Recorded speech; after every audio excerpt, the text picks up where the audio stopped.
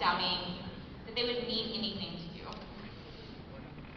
Each of us fashion our own club experience, complete with our own stories, trials, successes, and memories. Why tell my story when we each have our own? No, there's only one story that I would like to share with you tonight. The story of the Velveteen Rabbit. My history with the Velveteen Rabbit goes back to my childhood. My birth, actually, when a family friend gave me this hardback by Marjorie Williams. Growing up, I recall hating the Velveteen Rabbit. So long. And frankly, I thought it rather stupid. Once I could read for myself, I most certainly never picked back up the Velveteen Rabbit. However, last year, when putting Wilson down to bed one night, I ran across the Velveteen Rabbit once again. Deciding to read it on a whim, I discovered a beautiful story of love, humanity, and sacrifice. It is a part of this story that I want to share with you tonight.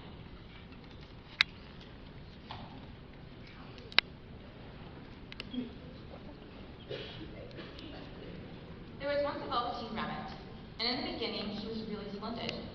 He was fat and punchy, as a rabbit should be. His coat was spotted brown and white. He had real thread whiskers, and his ears were lined with pink sateen.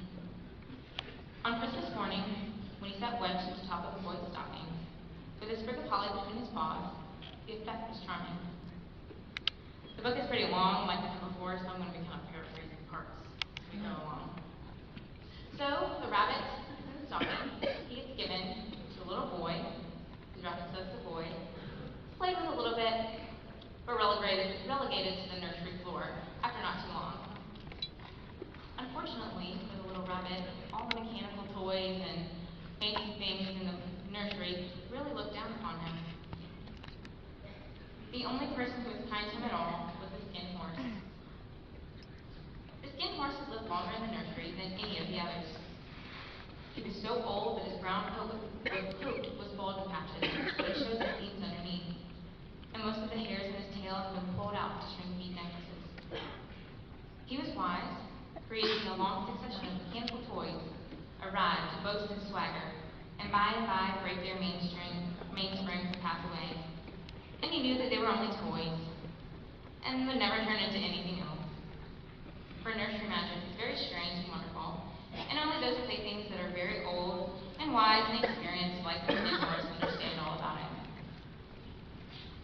What is real?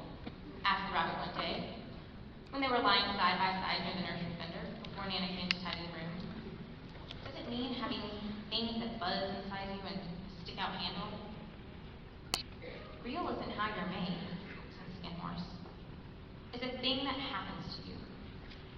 When a child loves you for a long, long time, not just to play with, but really loves you, then you become real. Does it hurt? Asked the rabbit. Sometimes, said the skin horse, who was always truthful. When you're real, you don't mind being hurt. Does it happen all at once? Like being wound up, he asked, or bit by bit? It doesn't happen all at once, said the skin horse. You become. It takes a long time. That's why it doesn't happen often to people who break easily, or have sharp edges, or have to be carefully kept. Generally, by the time you're real, most of your hair has been lopped off, and your eyes drop out, and you get loose in joints and very shabby. But these things don't matter at all, because once you're real, you can't be ugly, except to people who don't understand. I suppose you're real, said the rabbit. Then he wished he hadn't said it, for he felt the skin horse might be sensitive. But the skin horse only smiled. The boy's uncle made me real, he said. That was a great many years ago. But once you're real, you can't become unreal again. It lasts for always. The rabbit sighed. He thought it would be a long time before this magic called real happened to him. He longed to be real, to know what it felt like. And yet the idea of growing shabby and losing his eyes and whiskers was rather sad. He wished that he could become it with all of these uncomfortable things happening to him. So the boy had a nursemaid named Nana, and one night Nana picked up the rabbit off the floor when the boy was looking for a toy and gave it to the boy to sleep with. First, the rabbit didn't like it very much, but very soon he did grow to like it. For the boy used to talk to him and made nice tunnels for him under the bedclothes that he said were like the burrows the real rabbits lived in. And they had splendid games together in whispers when Nana had gone away to her supper and left the nightlight burning on the mantelpiece. And when the boy dropped off to sleep, the rabbit would snuggle down close to his little warm chin and dream, with the boy's hands clasped close around him all night long. And so time went on. The little rabbit was very happy, so happy that he never noticed how his beautiful velveteen fur was getting shabbier and shabbier, and his tail coming unsewn and all the pink rubbed off his nose where the boy had kissed him. And so spring came, and the boy and the rabbit had so much fun. They would play out in the garden every day. And one day, the boy accidentally left him and discovered when he was about to go to sleep. Nana was sent out to the garden. She fetched the rabbit, and she came back. "You must have your old bunny," she said. "Fancy all that fuss for a toy." The boy sat up in bed and stretched out his hands. "Give me my bunny," he said. "You mustn't say that. He isn't a toy. He's real." When the little rabbit heard, he was very happy, for he knew that what the skin horse had said was true at last. The nursery magic had happened to him, and he was a toy no longer. He was real. That was a wonderful summer. And there you have it.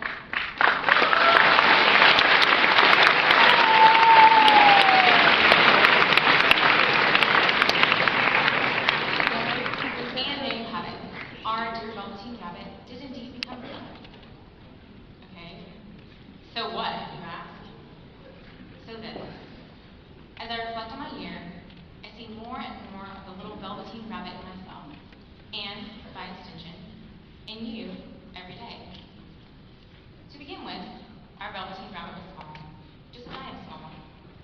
Yes, physically small, but really relatively small in the way that all of us are small. Of the 7 billion people in the world, I'm nothing. Less than a drop in the bucket. There's no possible way that it could make any sort of difference noticeable by myself. This emotion of smallness is something that I believe that every key lover has felt at one time or another. In fact, you might have felt it right here at convention. Our insignificance forms the core of our foundation as key club members. When we discovered that there is power in numbers, we banded together, hoping that we might no longer be small. It is this desire that together we might make a difference that has sustained us for 70 years and brings us all here today. This desire to come together to an impact far greater than the sum of our contributions individually.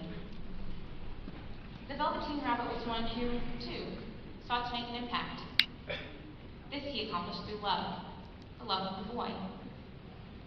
It is love that enables us to draw together as key lovers, inspires us to serve, and motivates us to stay strong when the going gets tough. Love for each other, for our neighbors, for our homes, schools, and communities, and for humanity. Like the Velveteen Rabbit, I once fell in love as well. Fell in love with a little service organization called Key Club. As my love grew stronger, my relationship grew more steadfast. Every day, as my affection deepened, Key Club and I had more of an impact on each other. I on Key Club, and Key Club on me. Many times have I thought to myself, surely I can't love Key Club any more than I do right now. And equally as many times by Key Club have I been proven wrong. Like the boy and the Velveteen Rabbit, our attachment grew so strong that we soon became integral, inseparable parts of each other. Our love blocking out almost everything else. Don't get me wrong, this love isn't always easy. You heard the story. Weeks passed and the little rabbit grew very old and shabby, but the boy loved him just as much. He loved him so hard that he gloved all his whiskers off, and the pink lining to his ears turned gray, and his brown spots faded. He even began to lose his shape, and he scarcely looked like a rabbit anymore, except to the boy. Loving Key Club hasn't been easy. In fact, it's been one of the hardest things I've ever done. With every dance missed, friend distanced, senior event passed up, I've become a little more shabby. As I look at myself now, I find the little pink nose of senior memories rubbed off, the stitches of high school downtime coming unraveled, and the stuffing of normal teenage life slipping out everywhere. I gave myself away to keep up, and it hurt sometimes, but like the skin horse promised, I didn't mind because when you're real, you don't mind being hurt. So now, once again, we're here. I stand before you, metaphorically tired, shabby, and misshapen. However, I am most certainly not to be mourned, not in the least. For it is through this shabbiness that I find myself finally real. All the hard work, heartache, frustration, and sacrifice of the past 4 years have brought me this. Not only shabbiness, but reality. My disillusions are gone. All the polish has been rubbed off my eyes, and I can play happily in the nursery no more. Because I have been loved by Caleb, I've become real. And because I've become real, I can stay with you no longer. Let us return momentarily to our story. The boy contracts scarlet fever, and the Velveteen Rabbit is thrown away and forgotten, tossed aside by the boy that he loved, and who had once loved him. As the Velveteen Rabbit lies on the ground, forlorn, shabby, and real, for whatever it's worth, a tiny tear trickles down his face. And then a strange thing happened. For where the tear had fallen, a flower grew out of the ground. A mysterious flower, not at all like any that grew in the garden. And presently the blossom opened, and out of it there stepped a fairy. And she came close to the little rabbit, and gathered him up in her arms, and kissed him on his velveteen nose with all damp from crying. "Little rabbit," she said, "don't you know who I am?" "I'm the nursery magic fairy," she said. "I take care of all the playthings that the children have loved. When they're old and worn out, and the children don't need them anymore, then I come and take them away with me and turn them into real." "Wasn't I real before?" asked the little rabbit. "You were real to the boy," the fairy said, "because he loved you. Now you shall be real to everyone." And she held the little rabbit close in her arms and flew off into the wood. It was light now, for the moon had risen. Between the tree trunks, wild rabbits danced with their shadows on the velvet grass. But when they saw the fairy, they all stopped dancing and stood round in a ring to stare at her. "I brought you a new playfellow," the fairy said. "You must be very kind to him and teach him all that he needs to know in Rabbitland, where he is going to live with you forever and ever." And she kissed the little rabbit again and threw him down on the ground. "Run and play, little rabbit," she said. But the little rabbit sat quite still for a moment and never moved. And he might have sat there a long time, too shy to move, if just then something tickled his nose, and before he thought what he was doing, he lifted his hind foot to scratch it. And he found that he actually had hind legs.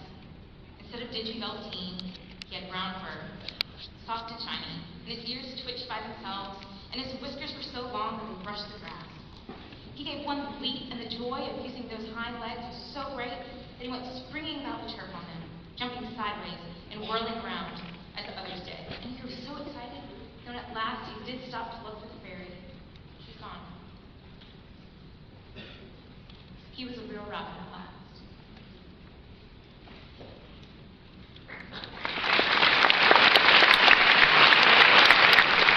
Will you stay always in the nursery? Or will you one day find yourself dancing in the daisies? Thank you.